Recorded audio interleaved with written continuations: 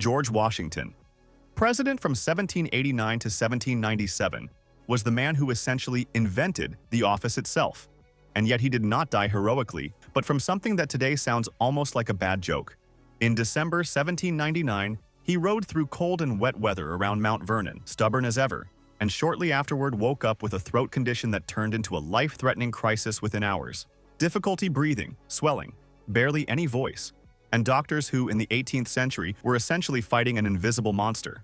Their main weapon, bloodletting, multiple times, in a short period. Added to that were drastic cleansings because illness was still treated more like a curse than an infection. Washington reportedly said at the end that everything was all right and died on December 14, 1799. The first president taken down by the combination of illness and a medical system still operating in the dark. John Adams, in office from 1797 to 1801, was no shining myth like Washington, more the hard-headed operator in the engine room of the revolution. Diplomacy, conflict, principles, and an ego ready to clash with anyone. And Thomas Jefferson was, for decades, his most important counterpart. Together they had carried the revolution. Later they stood on opposite sides of politics and broke off contact. Only in old age did they find their way back to each other and begin a long correspondence. Two men who knew that hardly anyone else had lived through this history the way they had. He grew old, very old, and his death came on a date that feels as if history deliberately chose it. July 4th, 1826, exactly 50 years after the Declaration of Independence.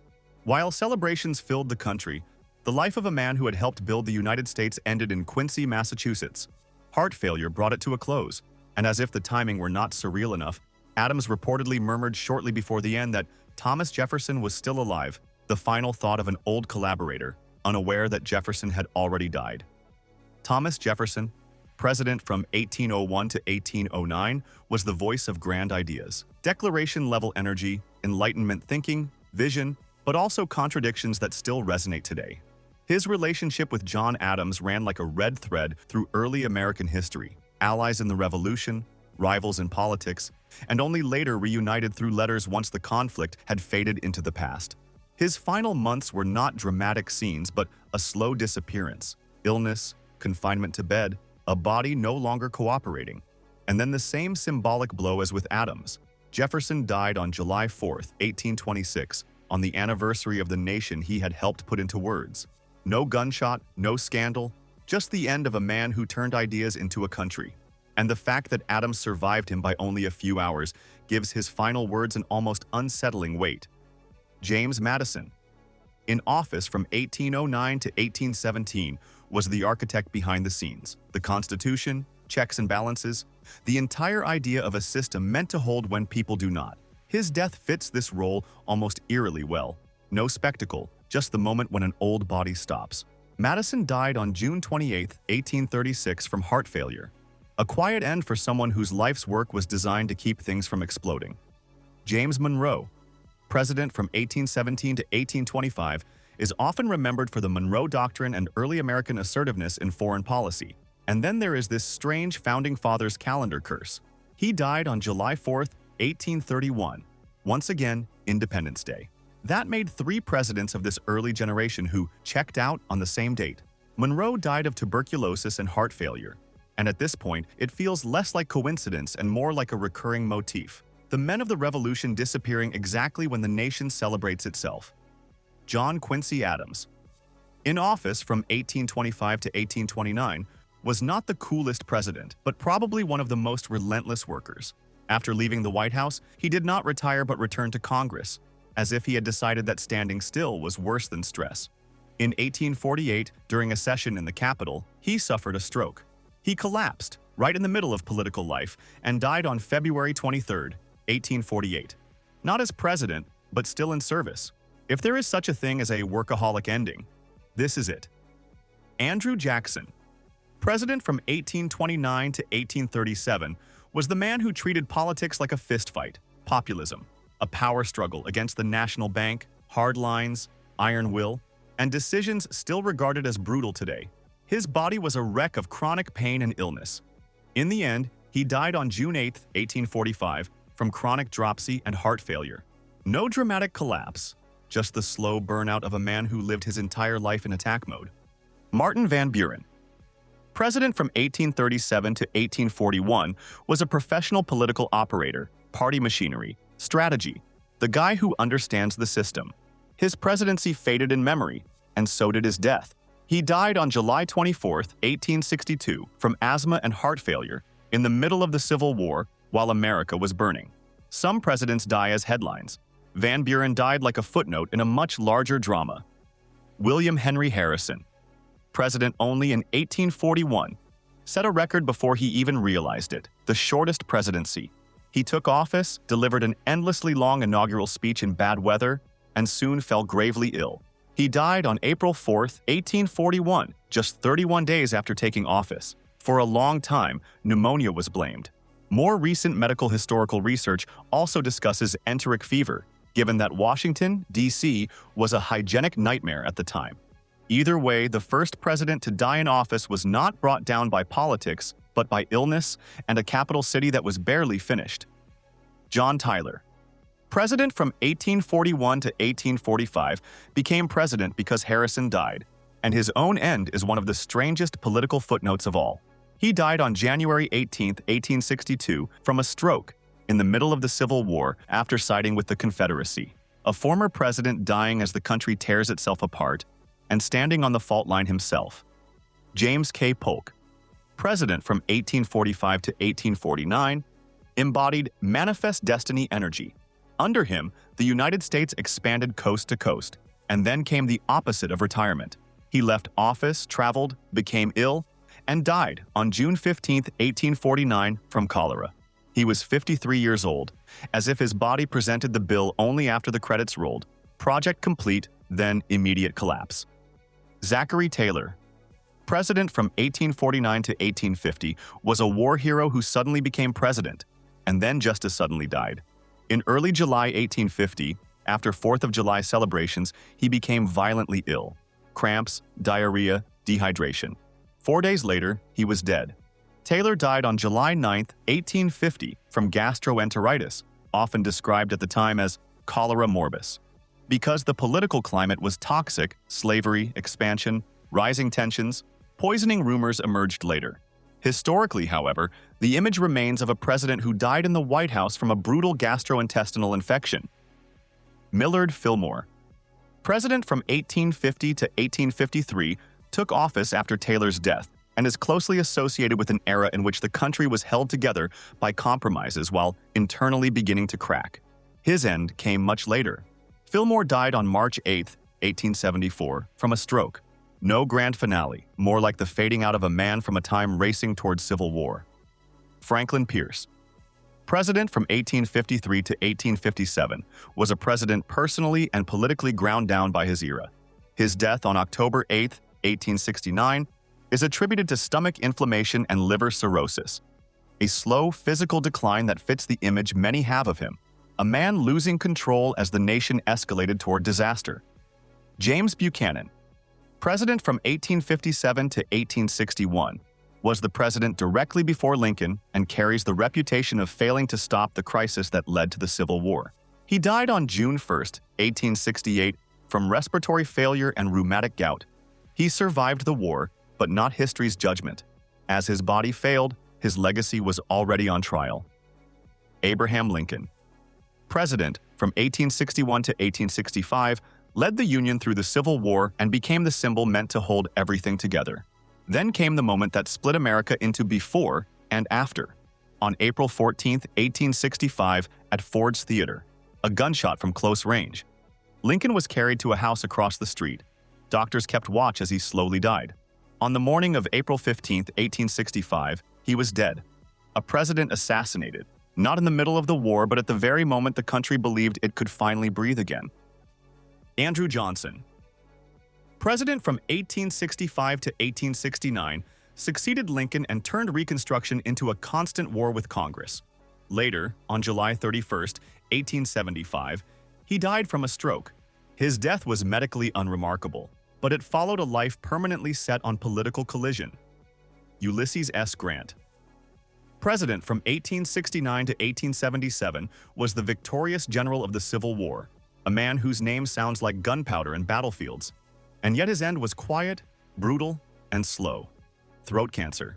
He died on July 23, 1885, famous for spending his final months forcing himself to complete his memoirs to secure his family's future. A warrior who, in the end, fought not armies, but time. Rutherford B. Hayes. President from 1877 to 1881, is often remembered as the face of a contested election and an era that was post-war but far from peaceful. His own exit was quick. He died on January 17, 1893, from a heart attack. No drama, just an abrupt stop. James A. Garfield. President only in 1881, was shot. But the real horror was that he did not die quickly. For weeks, he lay in pain while doctors tried to locate the bullet, worsening infections in the process. Garfield died on September 19, 1881, from septic shock resulting from the treatment of his gunshot wound. One of those cases where it becomes clear the assassin was dangerous, but so was the medicine of the time. Chester A. Arthur. President from 1881 to 1885, took office after Garfield and carried serious health issues himself. He died on November 18, 1886, from a stroke. No iconic moment, just the quiet end of a man whose body had already set limits during his presidency. Grover Cleveland. President from 1885 to 1889, and again from 1893 to 1897, was the only president to serve 2 non-consecutive terms. He died on June 24, 1908, from coronary sclerosis, a cardiovascular disease. His death feels like a classic old-world ending. Politics over. Heart eventually gives out. Benjamin Harrison. President from 1889 to 1893, died on March 13, 1901, from pneumonia. Today, that sounds treatable. At the time, it was often a death sentence. A reminder that many presidents died not from bullets, but from infections, because medicine simply had not caught up yet. William McKinley. President from 1897 to 1901, governed during a period in which the United States grew more confident and powerful, and yet died in a nightmare of early modernity. At a public reception, in the middle of handshakes, he was shot. He survived at first, the nation hoped, and then infections set in. McKinley died on September 14, 1901, from gangrene and infection in the gunshot wound.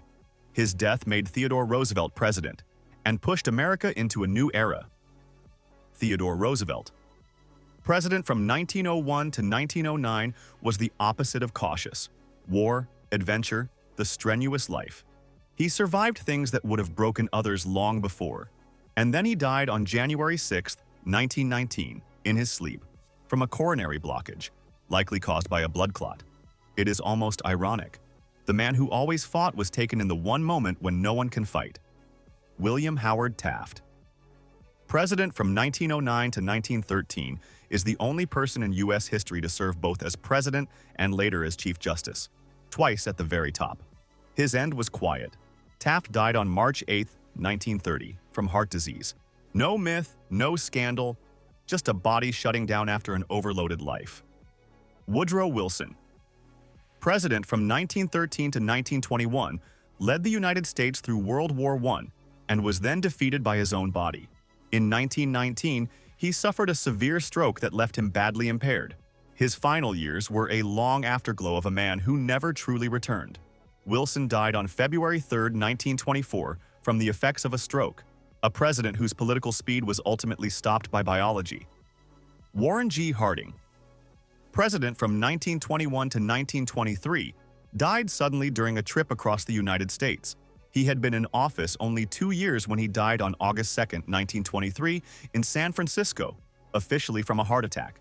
And because his death came so abruptly, and because his presidency was later buried under scandals, there has always been a sense of too fast, too unclear, too much background noise surrounding his end. Calvin Coolidge. President from 1923 to 1929, became the face of a quiet, economically booming era, just before everything collapsed. He died on January 5, 1933, from a heart attack as the nation was deep in the Great Depression. His death feels like the final closing of a door to the old world. Herbert Hoover.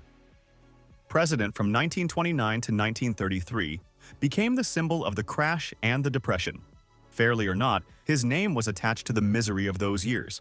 He lived on, witnessing new wars, new presidents, new versions of America.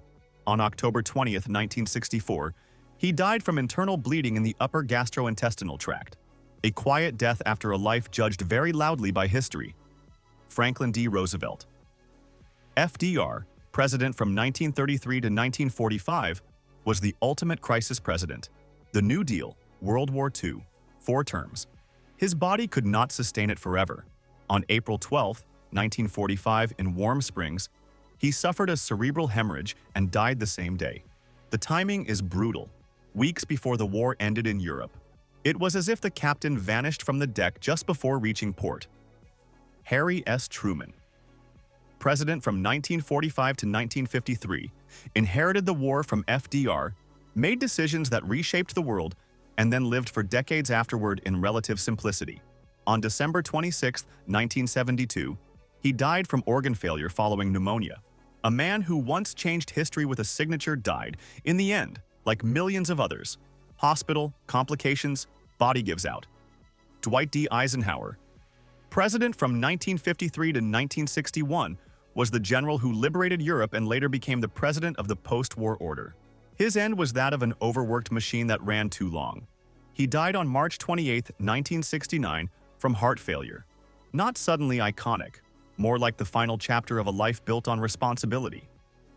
John F. Kennedy, JFK, president from 1961 to 1963, was young, charismatic, the Camelot myth, and his death became a loop in modern history.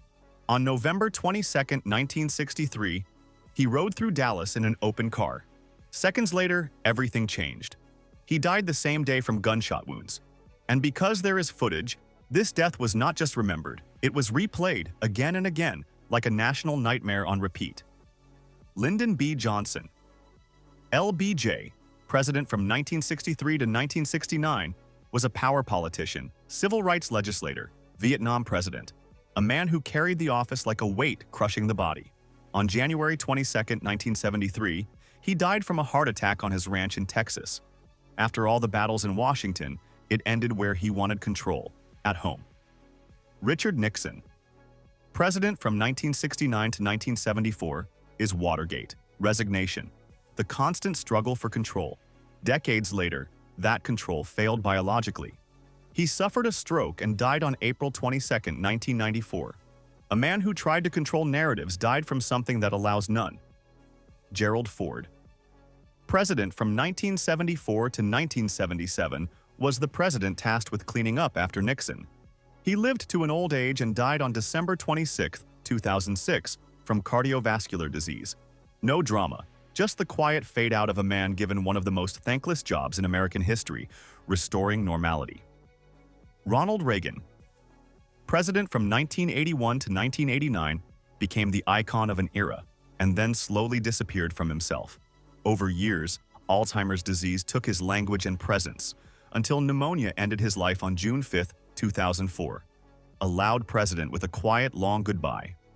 George H.W. Bush, president from 1989 to 1993, was the end of the Cold War president, the man of coalitions and the 1991 Gulf War. His death on November 30, 2018, was not a single shock moment, but the end of a very long life, after years of declining health. Jimmy Carter, president from 1977 to 1981, was often underestimated in office and became a kind of moral counter-image afterward. The Carter Center, mediation, election monitoring, humanitarian work as a life project.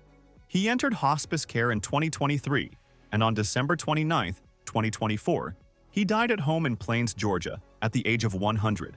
His death was not spectacular, but his long, second life after the White House made him a president whose most famous chapter began after his presidency.